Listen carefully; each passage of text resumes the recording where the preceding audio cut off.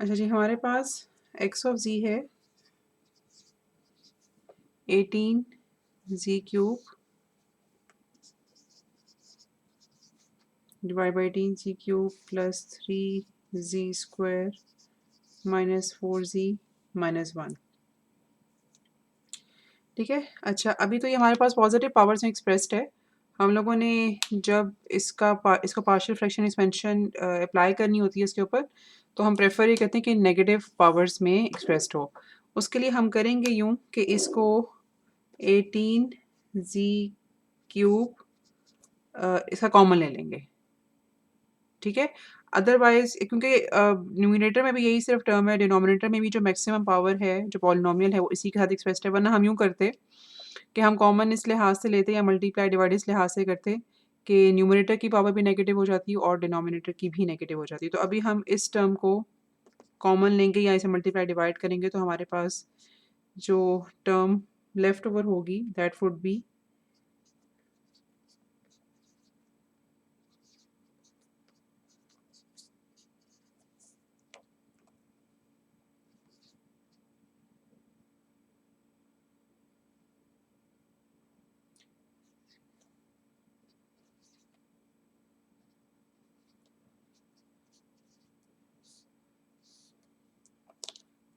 ठीक हो गया।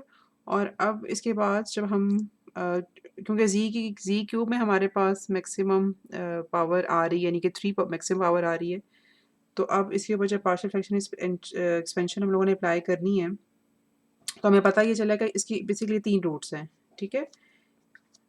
0.5 1/3 और 1/3 एक और दफ़ा। तो हमारे पास ये जो प्रॉब्लम आ गया ये मल्टीपल रूट्स का आ गया। ठीक है। तो उस प्रॉब्लम को केटर करने के लिए जो पार्शियल फ्रैक्शन एक्सपेंशन अप्लाई होती है वो कुछ इस तरह से होती है।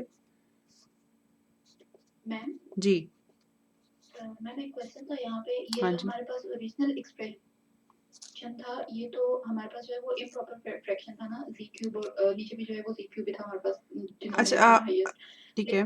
बोलिए। लेकिन जब हमने जी क्यूब को उससे डिवाइड कर दिया तब तो जो हमारे पास एक्सप्रेशन बना अब वो जो है वो प्रॉपर फ्रैक्शन है। तो अच्छा मैम इससे ये फर्क नहीं आएगा अगर हम इसको इस तरह डिवाइड कर देंगे?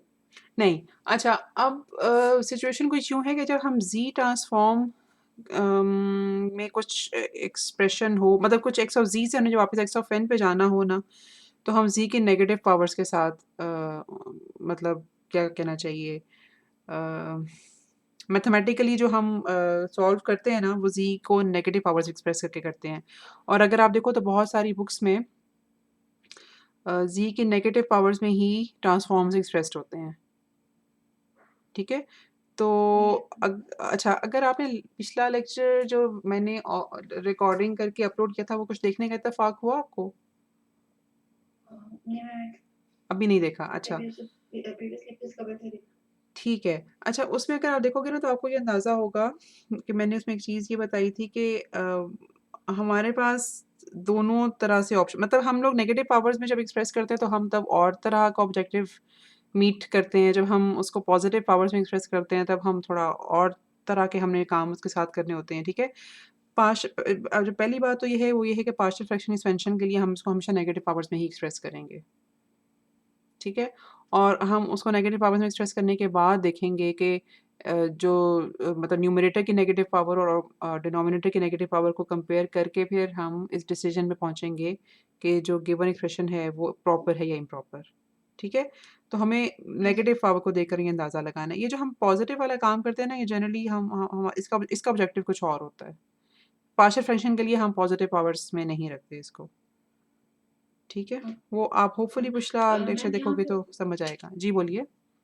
मैम यहाँ पे 18 जी क्यूब था न्यूमिनेटर में भी और डिनोमिनेटर में भी। लेट्स ठीक से है। कि अगर न्यूमिनेटर थोड़ा डिफरेंट होता पर अच्छा मैं 20 जी 5 होता, जी 5 से ही डिवाइड करते हैं।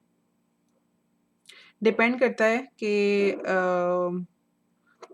डिनोमिनेटर में क्या होता है। अच्छा मैं इसको एक दफ़ा लिख के ना फिर हम थोड़ा सा इसमें इसमें वापस आती हूँ और पहले जो आपने सवाल किया है ना उसको हम ज़रा देख लेते हैं। अच्छा, सवाल आपका ये है कि अगर हमारे पास z5 प्लस समथिंग होता और यहाँ पर हमारे पास z क्यूब प्लस समथिंग होता। अच्छा, तो हम लोग यहाँ पर जी जो क्योंकि z5 इसकी मैक्सिमम पावर है, तो हम इसको यहाँ पे हम z माइनस 5 से ही मल्टीप्लाई और डिवाइड करते हैं। यस, ठीक है, मतलब न्यूमरेटर या डिनोमिनेटर में जो भी मैक्सिमम पावर होगी हम उसी से डिवाइड करेंगे हमेशा। मेरा ख्याल है कि या अभी चूंकि मेरे पास तो इस तरह का कोई सवाल ही नहीं, लेकिन इन रेट्रोस्पेक्ट यस, मैं इसको दफ़ा मतलब यहाँ पे भी लिख के देखना चाहूँगी ताकि मैं आपको कॉन्फिडेंटली जवाब दे सकूँ। जी, मैं अगर इस तरह का मेरे पास एक्सप्रेशन हो ना, तो उसको भी मैं इसी से मल्टीप्लाई और डिवाइड करूँगी। यस, ठीक है, ठीक है। Thank you. हाँ, बल्कि थैंक यू आपका कि आपकी वजह से प्रॉब्ली ये चीज़, ये कन्फ्यूजन और लोगों की भी सॉल्व हुई होगी, इंक्लूडिंग माई सेल्फ। अच्छा, अब हम इस स्लाइड के ऊपर वापस आते हैं, जहाँ पे हमें इनवर्स जी ट्रांसफॉर्म निकालना चाह रहे हैं हम, और हमें पता ये चला कि हमारे पास जो डिनोमिनेटर है उसमें उसके जो रूट्स हैं ना, उसमें मल्टीपल पोल्स हैं। तो हमारे पास जो एक्सप्रेशन है अब लिखा जाएगा वो इस तरह से लिखा जाएगा।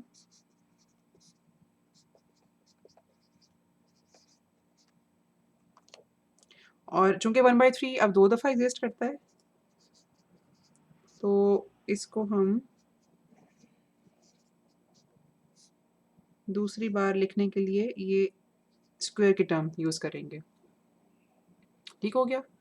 अच्छा,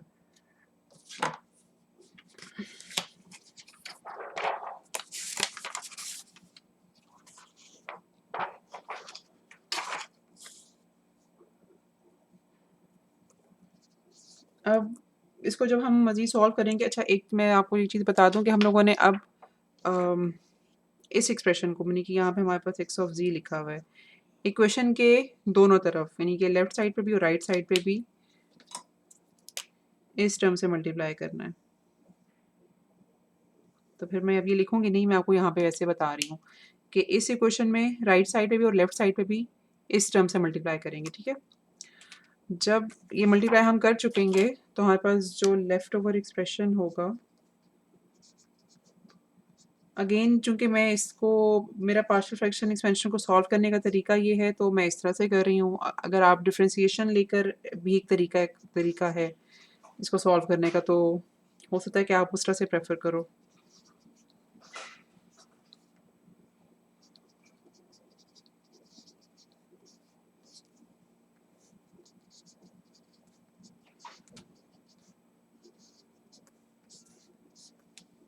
क्योंकि हमारे पास ये A3 है। ठीक हो गया। अच्छा, अब अगर इसको जब हम मज़ीद सॉल्व करते हैं ना, तो हमारे पास क्योंकि मैं एक्सपेक्ट करती हूँ कि ये आप कर सकते हो,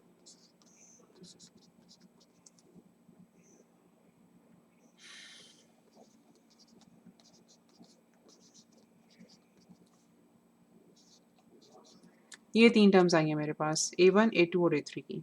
अच्छा, और अब यहाँ से हम जब इनको वापस अपने एक्सप्रेशन में प्लग इन करते हैं,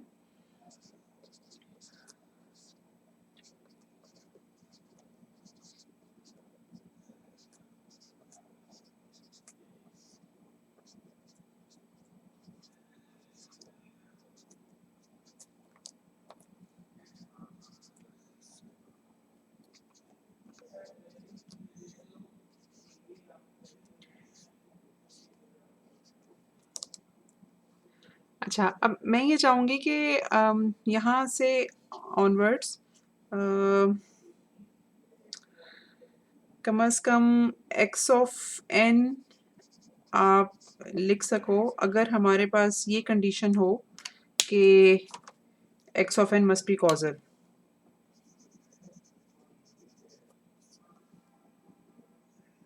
ठीक है, क्या आप लिख सकते हो इसका एक्स ऑफ एन?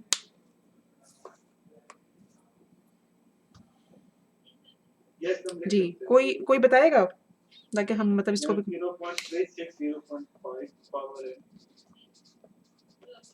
ठीक है, यू ऑफ एन, ठीक है, वेरी गुड, ये इसका आ गया हमारे पास, प्लस 0.24 और आगे आ जाएगा हमारे पास -1/3 वेरी गुड की पावर u ऑफ n। और आगे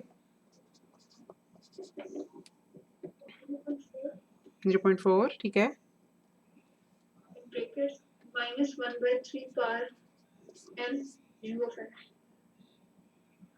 अच्छा यहाँ पे स्क्वायर भी है।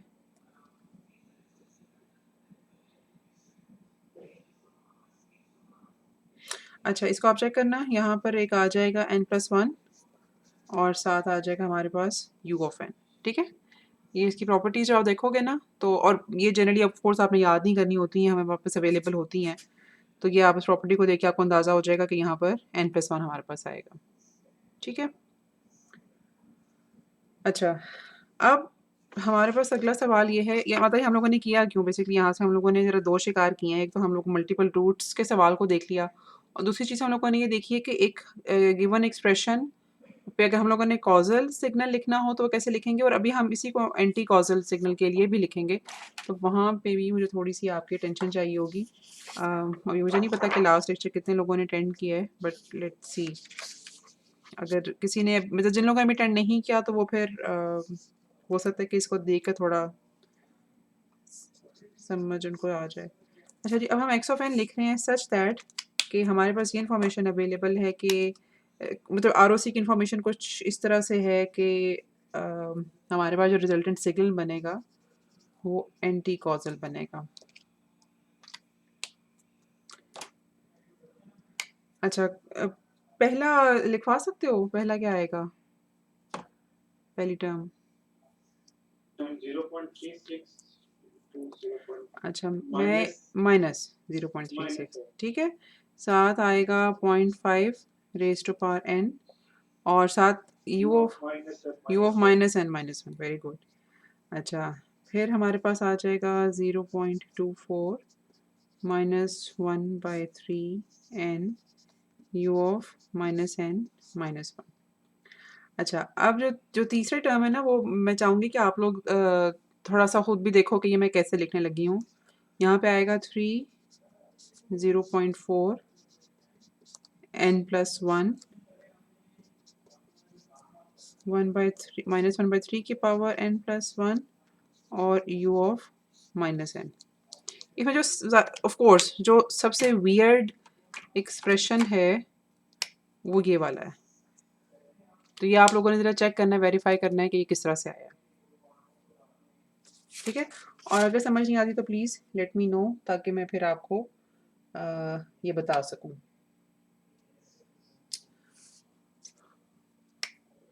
अच्छा उसी तरह से हमारे पास अगर एक्सप्रेशंस इस तरह से गिवन हों, अच्छा यहाँ पर हमारा सवाल पूरा हो चुका है। और जो मैंने आपसे कहा है वो ये कि इसमें पहले दो की तो समझ आ जाती है क्योंकि वो बिल्कुल सिंपल एक्सप्रेशंस हैं। जो ये वाला एक्सप्रेशन मैंने लिखा है ना, वो आप लोगों ने थोड़ा सा फिगर आउट करने की कोशिश करनी है टेबल्स के थ्रू कि ये कैसे लिखा है।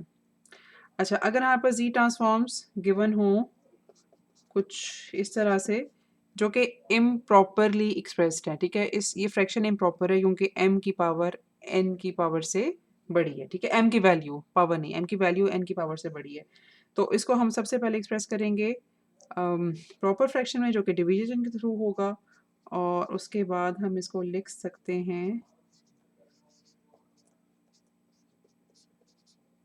इस तरह से। अच्छा मैं ये चाहूँगी कि आप मुझे ज़रा एक्स ऑफ एन में लिखना चाह रही हूँ, जो कि हमारे पास इन्फॉर्मेशन ये है कि कॉजल सिग्नल का लिखना है कि इन दोनों जिनको मैंने अंडरलाइन किया है ना, इन दोनों टर्म्स का एक्स ऑफ एन क्या आएगा। -1/4 के लिए एक्स ऑफ एन क्या आएगा?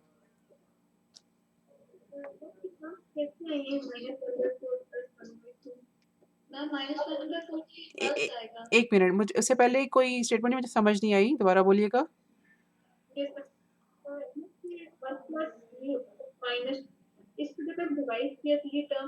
जी डिवाइड मैंने कैसे किया है, ये सवाल है आपका?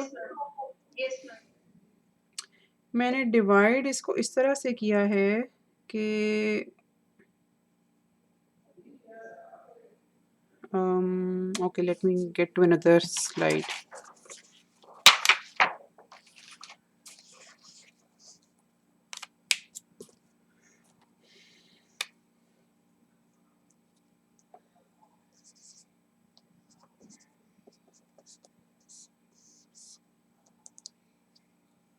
ये मेरा न्यूमरेटर और ये मेरा डिनोमिनेटर, ठीक है। और मैंने इसको पहले मल्टीप्लाई किया इससे,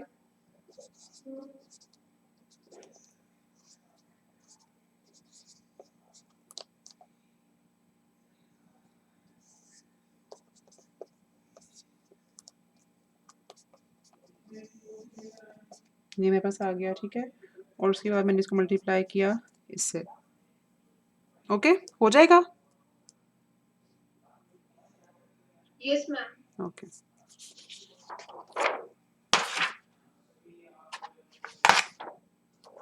अच्छा। अब आपके सवाल के बाद एक मुझे आवाज़ आई थी जिसमें किसी ने ये बताया था कि -1/4 अगर मेरे पास अवेलेबल हो एक्स ऑफ जी में, तो इसका जो इन्वर्स ट्रांसफॉर्म यानी कि एक्स ऑफ एन बनेगा, वो बनेगा या मुझे मिलेगा एक इम्पल्स फंक्शन, ठीक है। और उसी तरह से जो ये टर्म है 1/2 जी इन्वर्स, ये एक शिफ्टेड इम्पल्स होगी, ठीक है। और ये आप लिख लोगे, ये बेसिकली 2 रेज़ टू पावर बल्कि -2 raise to power n into u of n, मतलब ये एक एक्सपोनेंशियल फंक्शन बनेगा, ठीक है। ये आप लिख सकते हो।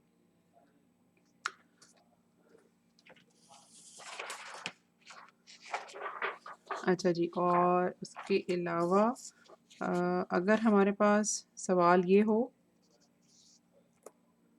कि ये प्रॉब्ली मैंने आपको ऐसा कोई सवाल शायद दिया भी था करने के लिए, उम, लेकिन मुझे इतना कंफर्म नहीं याद।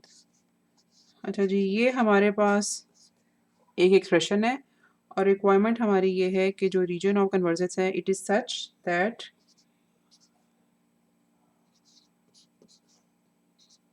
इट लुक्स लाइक दिस, ठीक है। तो ये एक रिंग बन गई। तो हमें अब पता चल गया कि हमारा जो सिग्नल है ना, वो बेसिकली एक नॉन कॉजल सिग्नल है, यानी कि ये एन के दोनों तरफ, n is equal to zero के दोनों तरफ एग्जिस्ट करता है, ठीक है। अच्छा, अब इसको सॉल्व करने की आप कोशिश करना, मैं इसका एक्स ऑफ एन लिख देती हूँ ताकि आप इसको वेरीफाई भी कर सको।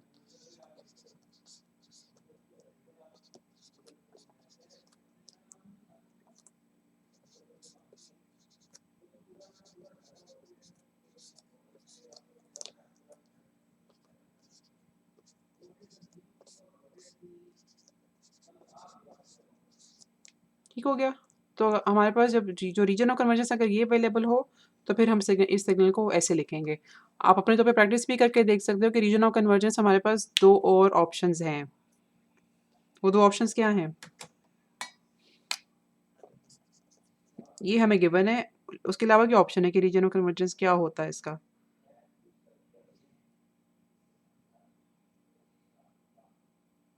मैम एक हम दे सकते हैं z ग्रेटर देन 3 होना चाहिए और एक हम दे सकते हैं कि इन सब के लिए तो लेस देन। नहीं, अच्छा, इसको इसको अगर आप देखो ना, तो इससे आपको अंदाज़ा होगा कि अम, z मस्ट बी, अच्छा अगर वो, अच्छा वही बात हम लोगों ने चूँकि अभी तक असल में कॉज़ैलिटी और स्टेबिलिटी को नहीं पढ़ा।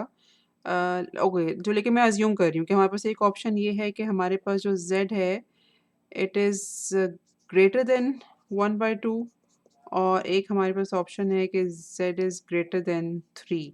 तो आप इन दोनों रीजन ऑफ कन्वर्जेंसेस, इन दोनों रीजन्स ऑफ कन्वर्जेंस के लिए भी ट्राई करना कि एक्स ऑफ एन क्या बनता है, ठीक है। तो बेसिकली अभी तक हम लोगों ने जो चीज़ की है वो ये है कि अगर हमारे पास मुख्तलिफ रीजन्स ऑफ कन्वर्जेंस अवेलेबल मुख्तलिफ तरह के, ठीक है, कॉजैलिटी या एंटी कॉजैलिटी या नॉन कॉजैलिटी के लिहाज से, तो हमें उनको देखकर एक्स ऑफ एन लिखना आना चाहिए। ये हम लोगों ने थोड़ा सा इस ऑब्जेक्टिव को देखा है अभी। अच्छा, हमारे पास थोड़ा सा टाइम अभी और है। एक चीज़ हम और देख लेते हैं।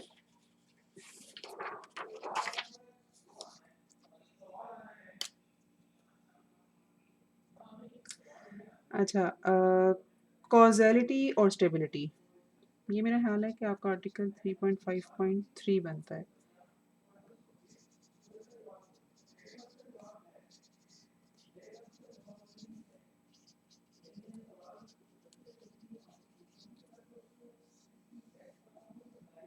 ठीक है?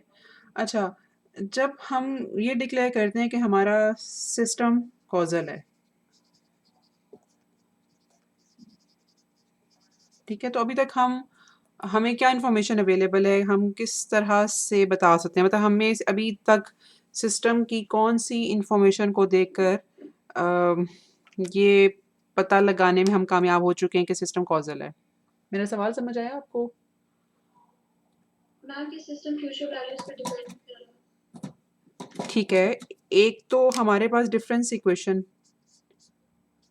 ठीक है, मेरे मेरे पास अभी तो अच्छा मार्कर नहीं है ब्लू कलर का, ओके। एक तो हमारे पास डिफरेंस इक्वेशन की अवेलेबिलिटी है ना कि लेट्स सपोज कि हमारे पास कुछ ऐसी इक्वेशन गिवन हो जैसे कि ये इक्वेशन एक्स ऑफ एन और x of n plus one,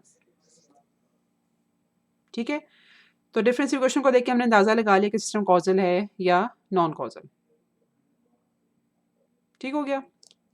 एक हमारे पास सिस्टम का इम्पल्स रिस्पॉन्स है जिसको देख के हम अंदाज़ा लगाते हैं। आई एम नॉट श्योर कि हम लोगों ने ये चीज़ क्लास में डिस्कस की है कि नहीं, आप लोग प्लीज़ मुझे बताओ कि अगर हमारे पास सिस्टम का इम्पल्स रिस्पॉन्स कुछ इस तरह से हो, जैसे कि हम लोगों ने सिग्नल्स की हद तक देखा था, लेकिन चलो अभी हम थोड़ा सा डिस्कस भी कर लेते हैं। अगर हमारे पास ये इम्पल्स रिस्पॉन्स हो या फिर हमारे पास इम्पल्स रिस्पॉन्स ये हो, इसके साथ मैंने यू ऑफ एन नहीं लिखा, तो क्या हम लोगों ने क्लास में ये चीज़ डिस्कस की थी कि जिस सिस्टम का इम्पल्स रिस्पॉन्स ये होगा वो एक कॉजल सिस्टम होगा? क्या हम लोगों ने ये बात डिस्कस की थी?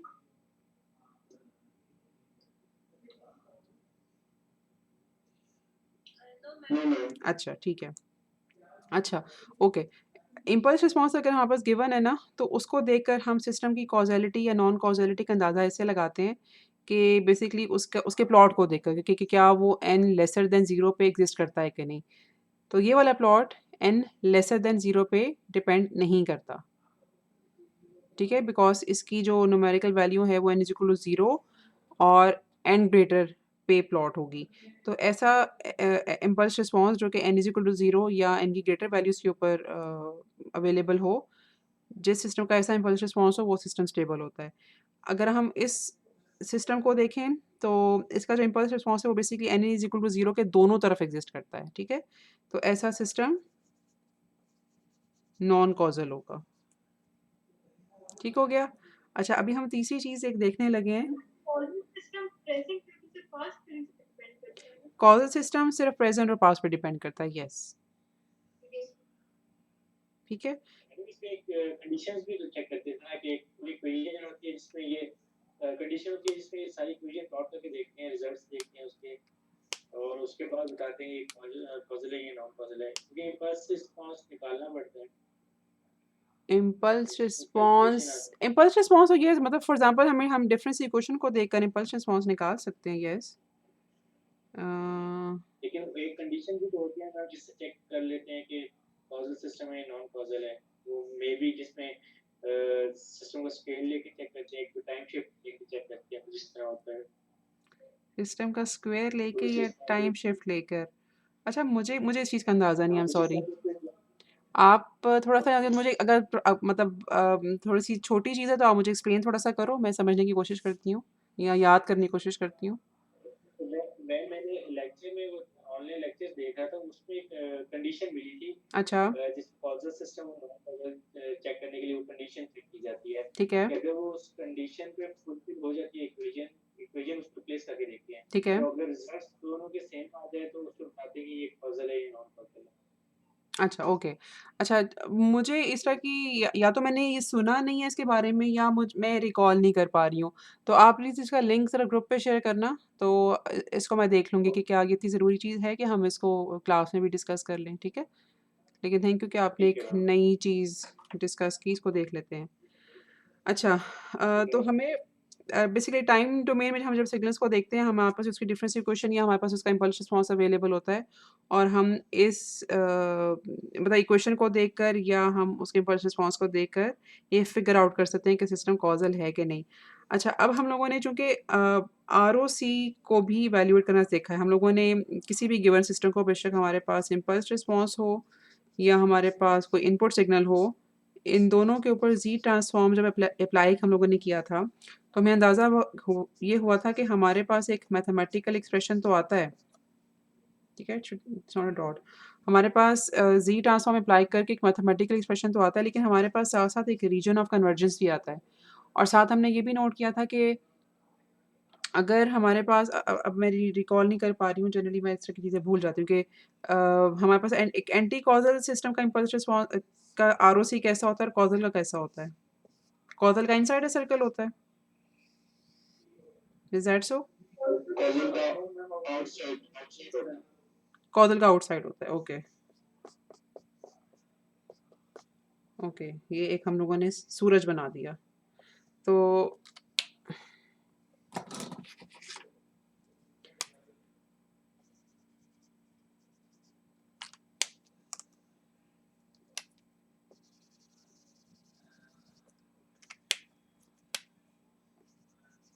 अच्छा, एक चीज़ और आप लोगों ने याद रखनी है कि जब हम सिग्नल्स की बात करते हैं तो वहाँ पर कॉज़ल और एंटी कॉज़ल दोनों में डिफ़रेंस होता है।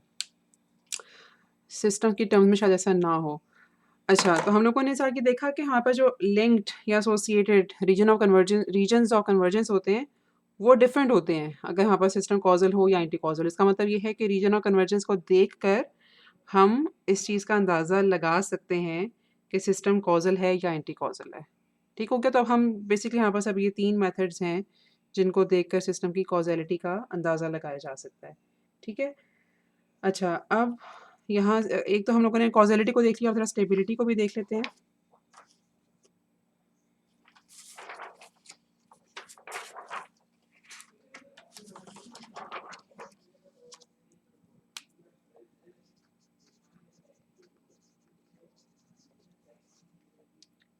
अच्छा जी, स्टेबिलिटी में हमारे पास अगेन जब डिफरेंस इक्वेशन अवेलेबल थी, तो हम थोड़ा-सा ये देखते थे कि क्या हम mx जो कि इनपुट की मैक्सिमम वैल्यू हो सकती है, उसको और my जो कि आउटपुट की मैक्सिमम वैल्यू हो सकती है, क्या हम इन दोनों को रिलेट कर सकते हैं कि नहीं? और हम लोगों ने ये पढ़ा था या फिगर आउट किया था कि अगर my को एक्सप्रेस किया जा सके इन mx की टर्म्स में, तो हम आउटपुट की मैक्सिमम वैल्यू फाइंड कर सकते हैं और इसका मतलब ये है कि वो सिस्टम स्टेबल होगा। अच्छा, इसी तरह से स्टेबिलिटी अगर impulse response IR impulse response की टर्म्स में हम कैसे फाइंड आउट कर सकते हैं, ठीक है? अब अगेन मेरे ज़हन में नहीं है, लेकिन अगर किसी को याद हो तो प्लीज़ बताएँ कि अगर हम द जी, उसका मैग्नीट्यूड बेसिकली आप लोगों ने लेना है, मतलब अगर नेगेटिव वैल्यूज़ है तो उसको भी हम सब वैल्यूज़ को प्लस बेसिकली करके देखेंगे, और अगर इम्पल्स रिस्पॉन्स का जो सम है, वो इन्फिनिटी से कम है, तो ऐसा सिस्टम स्टेबल होगा, ठीक है? एच ऑफ एन यानी कि इसके सारे के सारे कंपोनेंट्स, इन सबको हम सम करके देखेंगे, उनकी एब्सोल्यूट वैल्यू, ठीक है? उसमें नेगेटिव वैल्यू को भी हम लोगों ने प्लस करना है, और ऐसा सिस्टम अगर इन्फिनिटी से कम वैल्यू देता है सम अप होके, तो ऐसा सिस्टम स्टेबल है, ठीक है? अच्छा, अब हम ज़रा in terms of h of z देखेंगे कि अब हमारे पास अगर इसका ट्रांसफर फंक्शन अवेलेबल है, तो हम फिर कैसे वहाँ से कैसे देख सकते हैं?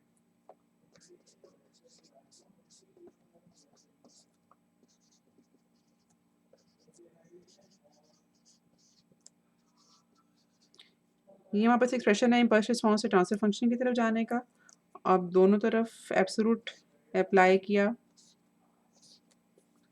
तो हमारे पास ये आ गया, ठीक है? अच्छा जी, यहाँ पर हमारे पास अब एक मैथमेटिकल इनइक्वालिटी अप्लाई होगी, क्योंकि हम एब्सोल्यूट को ले जाने लगे हैं टर्म्स की तरफ।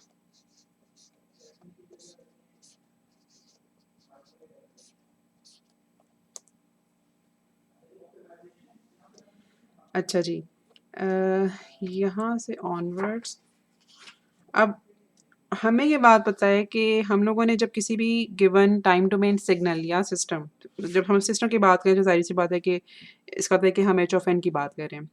अच्छा, जब हम किसी भी सिस्टम को या सिग्नल को जो ज़ी ट्रांसफॉर्म में कन्वर्ट करना चाहते हैं, तो हम ये चाहते हैं कि उसके साथ जो एसोसिएटेड मैथमेटिकल वैल्यूज़ हों, यानी कि एच ऑफ ज़ी जो हमें मिले, फॉर एग्ज़ाम्पल अगर हम एच ऑफ एन से एच ऑफ ज़ी की तरफ जा रहे हैं, तो इट्स एच ऑफ ज़ी के साथ जो लिंक्ड रीजन ऑफ कन्वर्जेंस हो वहाँ पर वो वही वैल्यूज़ हों जहाँ पर एच ऑफ ज़ी इन्फिनिटी से कम है।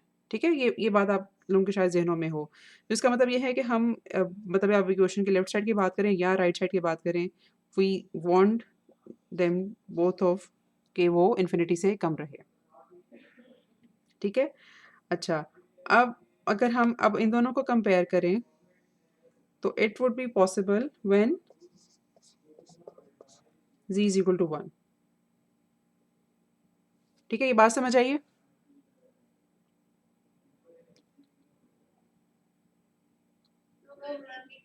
नहीं समझ आई, अच्छा। जब मैंने ये बात की थी तो ये बात समझ आई थी?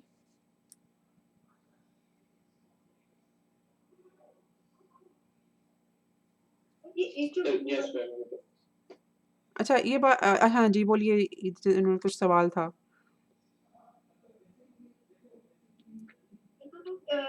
एक जो सी की जो इक्वेशन है इनक्वायरेक्ट वहां तक समझ आ गया मैम, इसके बाद अच्छा, ओके।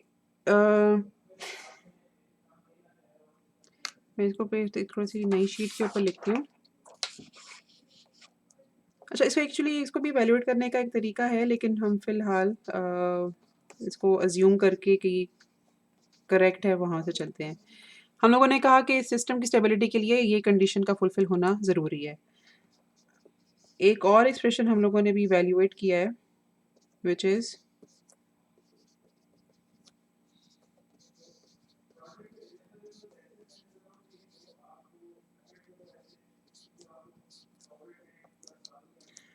ये दोनों एक्सप्रेशंस इक्विवेलेंट कब होंगे? जब मतलब we want this to be lesser than infinity.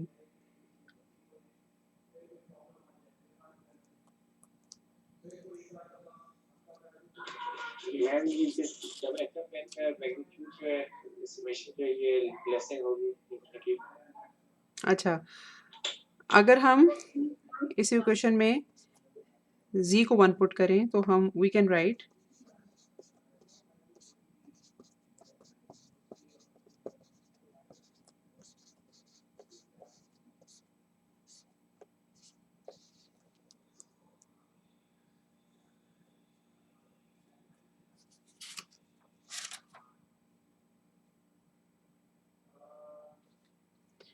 अच्छा, अब पहले पहले थोड़ा-सा आप लोगों ने इस बात को डाइजेस्ट करना है और मतलब यहाँ तक जब आपको समझ आ जाए ना, फिर मैं यहाँ से आगे चलती हूँ, कि पहले आपको ये देखना ज़रूरी है कि मैंने z को 1 क्यों डाला? क्या ये बात सबको समझ आई है?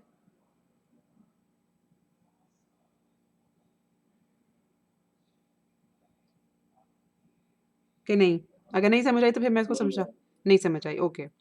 अच्छा, देखो, टाइम डोमेन सिग्नल जब मेरे पास अवेलेबल था इम्पल्स रिस्पॉन्स का, तो उसकी अवेलेबिलिटी के हिसाब से मुझे पता था कि स्टेबिलिटी की कंडीशन क्या है। वो ये कंडीशन है। ठीक है? मतलब मेरे पास एक टाइम डोमेन सिस्टम तब स्टेबल होगा अगर उसके इम्पल्स रिस्पॉन्स ये कंडीशन फुलफिल करे। ओके? Yes ma'am. ये जो लाइन के ऊपर वाली चीज़ है, ये पहले आप लोग देखो ना कि अगर मेरे पास टाइम डोमेन में सिस्टम का टाइम डोमेन इन्फॉर्मेशन अवेलेबल है, सिस्टम के time domain information generally impulse response होता है, ठीक है? वो मेरे पास इम्पल्स रिस्पॉन्स अवेलेबल है, उसके सारे सैंपल्स को मैं सम करूँ और वो इन्फिनिटी से कम आए, तो ऐसा सिस्टम स्टेबल सिस्टम होता है। ठीक है? अब मेरे पास सिस्टम की ज़ी ट्रांसफ़ॉर्म में मैं उसको कन्वर्ट कर रही हूँ या उसको ज़ी डोमेन में कन्वर्ट कर रही हूँ। तो ज़ी डोमेन में कन्वर्ट करने का ये रिलेशनशिप है। हमें ये पता है कि एच ऑफ़ एन से जब हम एच ऑफ़ ज़ी में जाते हैं, तो हम एच ऑफ़ ज़ी के साथ एच ऑफ़ ज़ी को भी हम हमेशा इन्फिनिटी से कम रखना चाहते हैं, ताकि मैथमेटिकली उसको हैंडल किया जा सके, उसको डील किया जा सके। तो एच ऑफ़ ज़ी का जो मैथमेटिकल रिलेशनशिप आता है, उसका एब्सोल्यूट यानी कि उसका magnitude it should always B lesser than infinity. ठीक है ना? ये हम लोगों ने जब ज़ी ट्रांसफ़ॉर्म का पहला लेक्चर पढ़ा था, तो तब रीजन ऑफ कन्वर्जेंस के लिहाज से इसको डिफ़ाइन किया था कि एच ऑफ़ एन से जब हम एच ऑफ़ ज़ी में जाते हैं, यानी कि एन डोमेन से ज़ी डोमेन में जाते हैं, तो हम एच ऑफ़ ज़ी की सिर्फ़ वो वाली न्यूमेरिकल वैल्यूज़ अपने पास रखना चाहते हैं या उनके साथ हम डील करना चाहते हैं जो न्यूमेरिकल वैल्यूज़ इन्फिनिटी से कम हो।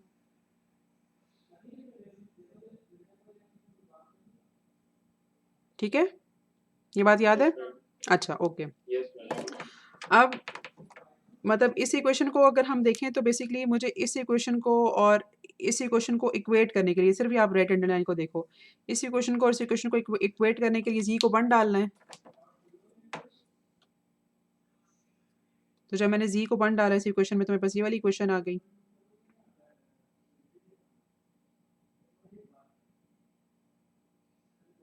Yes ma'am. ठीक है? Yes, ma'am. मतलब इन दोनों को इक्वेट करने के लिए। अच्छा, अब यहाँ से जब हम आगे चलते हैं इस बात का मतलब ये है कि इसका इस मतलब जो हमें यहाँ से इंट्यूटिव एक थिंकिंग मिलती है या एक इंट्यूशन हमें मिलती है कि अगर z is equal to 1 h of z का पार्ट है तो इसका मतलब यह है कि वो सिस्टम स्टेबल होगा या एटलीस्ट वहां पर फिनिट होगा। ठीक है, अब आप तो थोड़ा सा इस बात को समझो। ठीक है कि z इज इक्वल टू हम लोगों ने 1 डाला था इन दोनों को इक्वेट करने के लिए। इसका मतलब यह है कि सिस्टम की स्टेबिलिटी के लिए हम लोगों ने z इज इक्वल टू मतलब इस कंडीशन को होल्ड करने के लिए मतलब इसी कंडीशन को होल्ड करने के लिए और सिस्टम की स्टेबिलिटी के लिए हम लोगों ने z को 1 डाला था। अब z इज इक्वल टू 1 पे अगर वैल्यूज फिनिट है इसका मतलब यह है कि वो तब h ऑफ z का पार्ट होगा। z इज इक्वल टू 1 पे अगर हमें फिनिट वैल्यूज मिल रही हैं इसका मतलब ये है कि वो h ऑफ z के साथ जो लिंक्ड ROC है उसका पार्ट होगा। यस, ये बात थोड़ी सी कंफ्यूजिंग है लेकिन थोड़ा सा इसको ROC के साथ भी लिंक करके देखना है।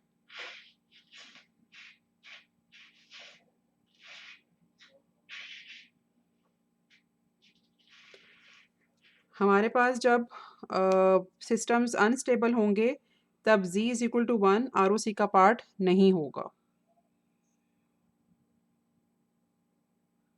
अच्छा, लेट मी ट्राई अगेन कि मैं इसको ज़रा फिर से आपको समझाने की कोशिश करूँ। अच्छा, इस कंडीशन के बराबर लाने के लिए हम लोगों ने z को 1 डाला। अब हमारे पास ये कंडीशन आ गई है। ठीक है, h ऑफ z की न्यूमेरिकल वैल्यू या उसका एब्सोल्यूट वैल्यू भी हम इन्फिनिटी से कम चाहते हैं और ये जो ये वाला पार्ट है इसको भी हम इन्फिनिटी से कम चाहते हैं फॉर स्टेबल सिस्टम्स। अच्छा, अब h ऑफ z का जो रीजन ऑफ कन्वर्जेंस है अगर h ऑफ z सारे का सारा इन्फिनिटी से कम है और z इज इक्वल टू 1 उसमें शामिल है इसका मतलब ये होगा कि h ऑफ z एक स्टेबल सिस्टम है क्योंकि हम लोगों ने ये z इज इक्वल टू 1 को डाल के देख लिया कि सिस्टम हमारे पास स्टेबिलिटी की कंडीशन को फुलफिल करता है। और इस बात का मतलब ये होगा कि अगर z is equal to 1 h of z का हिस्सा नहीं है तो सिस्टम अनस्टेबल होगा। मैम इसको हम इस तरह कह सकते हैं कि अगर for example region of convergence जो है वो प्लॉट हुआ है जी और उसमें z इज इक्वल टू 1 उसमें का सर्कल इंक्लूडेड है शामिल और है। जो देखो इन्फिनिटी से कम है। जी बेसिकली हम बात यही करने की कोशिश कर रहे हैं कि जो ROC हमारे पास है प्लॉटेड है उसमें अगर यूनिट सर्कल शामिल है तो वो ROC बेसिकली एक स्टेबल सिस्टम का ROC होगा।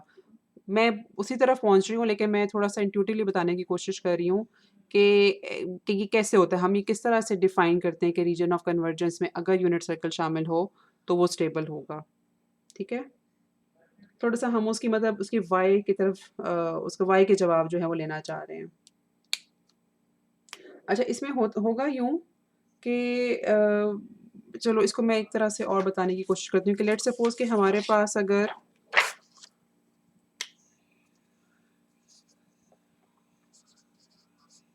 h ऑफ n कुछ इस तरह से है।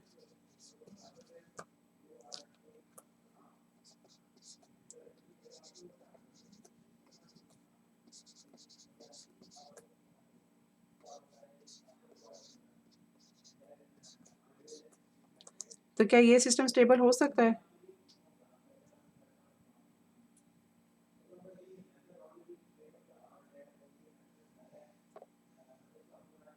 Ma'am if z is equal to 1 तो तब stable अच्छा, अगर हम चलो हम z को 1 भी डाल देते हैं। 2 की पावर जो है ना वो स्टेबल नहीं होता रे। 2 की पावर जो है अगर हम z की पावर 1 डाल देते हैं तो मतलब बाकी तो सिर्फ h ऑफ n की समेशन रहेगी ना, तो वो उसकी वैल्यू क्या आएगी?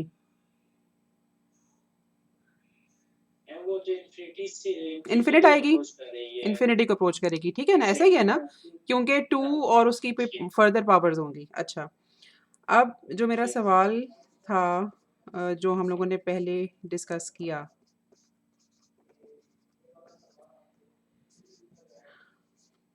कि अगर हम यहाँ पे भी z की पावर मतलब अगर हम इस चीज़ को इन्फिनिटी से कम रखना चाह रहे हैं, ठीक है, फिलहाल मैं z की पावर को 1 रखती हूँ, ठीक है। अच्छा, अब वो z की वो सारी की सारी वैल्यूज़ जो इस कंडीशन को या इस इक्वेशन को फुलफिल करेंगी, उसमें 1 शामिल नहीं है, ऐसा है?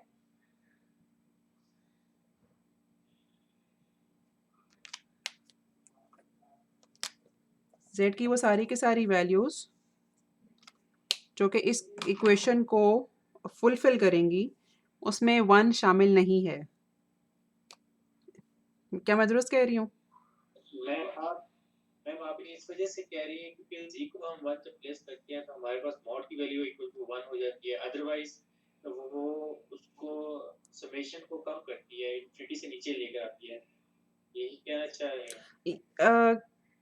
कह सकते हैं, ओके। अगर मतलब मैंने ये इसी क्वेश्चन में देखा है ना, अगर मैं z की वैल्यू को 1 रखूंगी तो बेसिकली ये वाली टर्म तो फिर गायब हो जाएगी ना, ठीक है ना, एग्जैक्टली ये टर्म अदरवाइज गायब हो नहीं जाएगी। होगी तो बाकी सिर्फ मेरे पास h ऑफ n की समेशंस बचेंगी जो कि हम लोगों ने देखा कि हमें इन्फिनिट रिजल्ट दे देंगी। तो मैं इस इक्वेशन से यहाँ पे आ रही हूँ कि वो z की वो सारी की सारी वैल्यूज़ जो कि इस कंडीशन को फुलफिल करेंगी, उसमें z इज इक्वल टू 1 तो शामिल नहीं है ना, यस मैम। ठीक है, ऐसा ही है ना, मतलब z की हर बड़ी वाली z की कुछ बड़ी वैल्यूज शामिल होंगी, क्योंकि अगर आप इस कंडीशन को देखो तो अगर हम z की थोड़ी सी छोटी वैल्यूज लेंगे तो ऑफ कोर्स वो भी सम करके इन्फिनिटी ही दे देगा, ठीक है ना, अगर z की हम 1 से छोटी वैल्यूज लेंगे तो बेसिकली हमें z की थोड़ी बड़ी वैल्यूज लेनी पड़ेंगी, लाइक 1 प्लस वैल्यूज, ताकि ये कंडीशन जो है फुलफिल हो। लेकिन इसमें z इज इक्वल टू 1 शामिल नहीं है, जो मतलब मैं बात करना चाह रही थी। अच्छा, इस बात का मतलब ये है कि हमारे पास इस एच ऑफ z का जो रीजन ऑफ कन्वर्जेंस है उसमें z इज इक्वल टू 1 शामिल नहीं है। तो वो जो कंडीशन लोगों ने यहाँ पे बताई थी ना, वो इधर फुलफिल नहीं हो सकती। इसका मतलब ये कि सिस्टम एक अनस्टेबल सिस्टम है जिसमें z इज इक्वल टू 1 हम पुट ना कर सकें, या जिसके रीजन ऑफ कन्वर्जेंस में z इज इक्वल टू 1 शामिल ना हो, क्योंकि उसमें हम ये वाली कंडीशन मीट नहीं कर सकेंगे। ठीक है, कुछ कुछ बात समझ आई? यस मैम, क्लियर हो गया। नहीं, आपके अलावा एक मुझे एक दो बंदों से और जवाब चाहिए।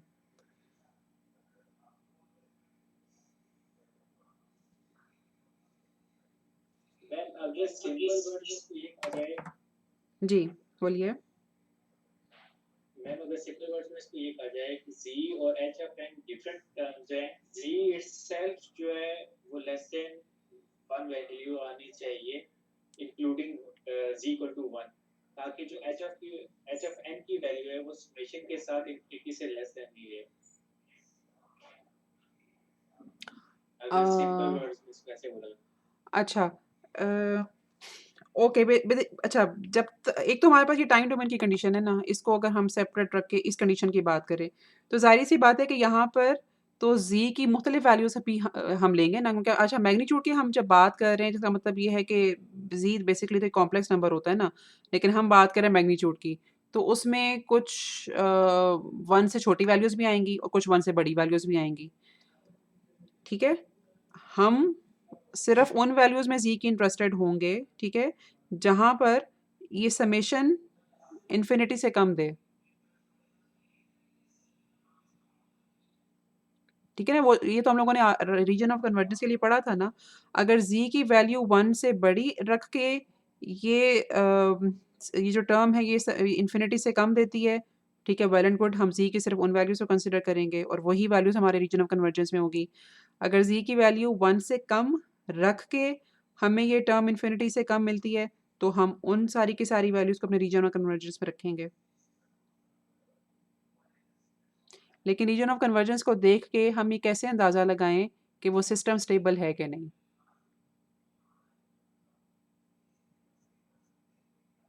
तो सवाल ये था, ठीक है। तो हम जब z की वैल्यू 1 रखते हैं तो हमारे पास बेसिकली ये इक्वेशंस जो हैं वो इक्वेट हो जाती हैं, ये दोनों इक्वेशंस। क्योंकि फिर इसमें यहाँ पे भी एक हम समझ लो कि एक टिक मार्क लगा सकते हैं और यहाँ पे भी टिक मार्क लगा सकते हैं कि z इज इक्वल टू 1 रख देने से हमने इन दोनों को इक्वेट कर दिया। टाइम डोमेन में तो हमें ऑलरेडी पता है कि ये इन्फिनिटी से कम है। एच ऑफ z पे चूंकि इन्फिनिटी से कम है तो ये एक चीज़ साबित हो गई कि z इज इक्वल टू 1 अगर रीजन ऑफ कन्वर्जेंस में शामिल है तो वो सिस्टम स्टेबल होगा, ठीक है। यहाँ पे हम लोगों ने एक ही चीज़ पढ़ी थी कि हम यहाँ पे z इज इक्वल टू 1 नहीं रख सकते, क्योंकि z इज इक्वल टू 1 रखने से ये सिस्टम टाइम डोमेन में ही हमें देख के पता चल रहा है कि अनस्टेबल हो जाता है। तो z इज इक्वल टू 1 इसके रीजन ऑफ कन्वर्जेंस में शामिल नहीं है।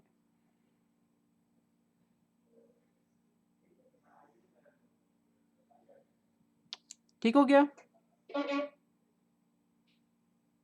हाँ। अच्छा, ओके। कुछ मुझे कुछ डिस्टॉर्टेड आवाज़ें सुनाई दे रही हैं, लेकिन ओवरऑल मुझे लग रहा है कि कुछ कोई चीज़ समझ आ गई आप लोगों को।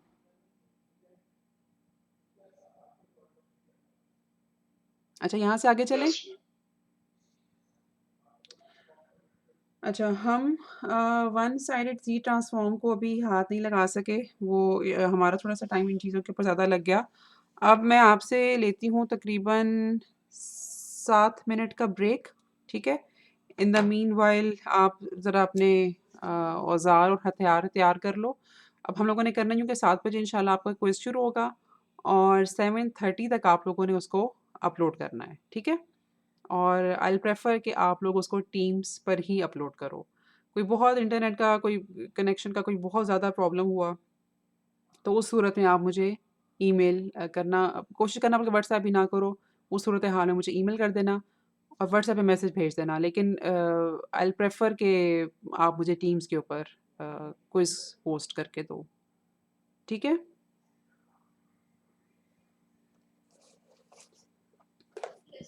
चलो, थैंक यू। मैं यहाँ पे रिकॉर्डिंग स्टॉप कर रही हूँ। इस वीडियो को मैं इंशाल्लाह अपलोड कर दूँगी और 2-3 मिनट के बाद मैं फिर आपसे दोबारा बात करती हूँ क्विज़ पोस्ट करने के बाद।